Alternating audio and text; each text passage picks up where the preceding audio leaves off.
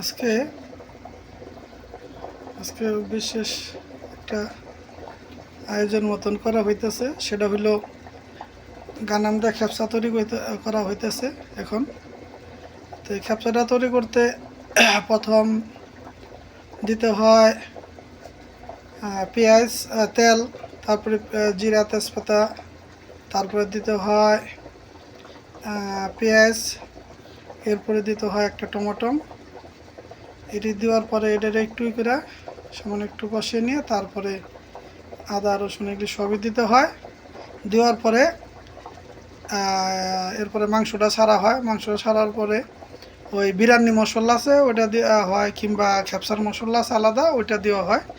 দিয়া তারপরে কতক্ষণ এটাকে কষাইতে হয়।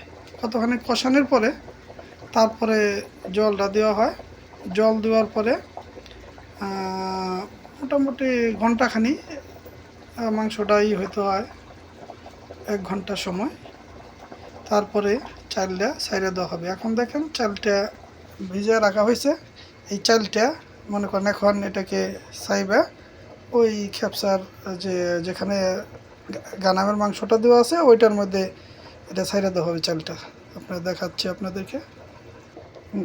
দেখো এই যে চালটা, এখন এই চালটাকে আমরা এখানে আস্তে আস্তে আস্তে আস্তে ছেড়ে দেবো। এখানে চালটা ছাড়া হচ্ছে, দেখো এভাবে করে খ্যাপসার চালটা এভাবে দেওয়া হয়। এইভাবে দিয়ে এইভাবে রাখতে হবে। মোটামুটি চালটা যদি সিদ্ধ হয় তাহলে রাখতে হবে 30 মিনিট, আর যদি সিদ্ধ না হয় তাহলে 20। এখন এই গানামের খ্যাপসা, সৌদি আরবে গানাম বলা হয়, আর বাংলাদেশে এলো বেড়া। সেই গানামের মাংস দিয়ে আজকে আমি খ্যাপসা বানাইছি। অনেক সুস্বাদু হবে, অনেকটাই গ্যারান দেখা যাচ্ছে, খুব সুস্বাদু হবে এই খ্যাপসাটা। দেখুন আপনারা, এইভাবে করেই খ্যাপসাটা পাকাতে হয়। প্রথমে মনে করেন তেল দিতে হবে, তারপরে জিরা, তারপরে তেজপাতা, এরপরে ধনিয়া পাতা, সেই সাথে দিতে হবে ধনিয়া পাতা, তারপরে হচ্ছে রসুন, আদা রসুন সব দিয়ে এরপরে একটু টমেটো কেটে দিতে হবে। তার কিছুক্ষণ পরেই এই গানামের মাংসটা ছাইড়া দিতে হবে। ছাইড়া দেওয়ার পরে তারপরে আপনার কতক্ষণ মশলা দিয়ে খ্যাপসা মশলা দিয়ে এটারে ভালো করে কষাইয়ে নিয়ে তারপর জল দিতে হবে। জল দেওয়ার পরে মোটামুটি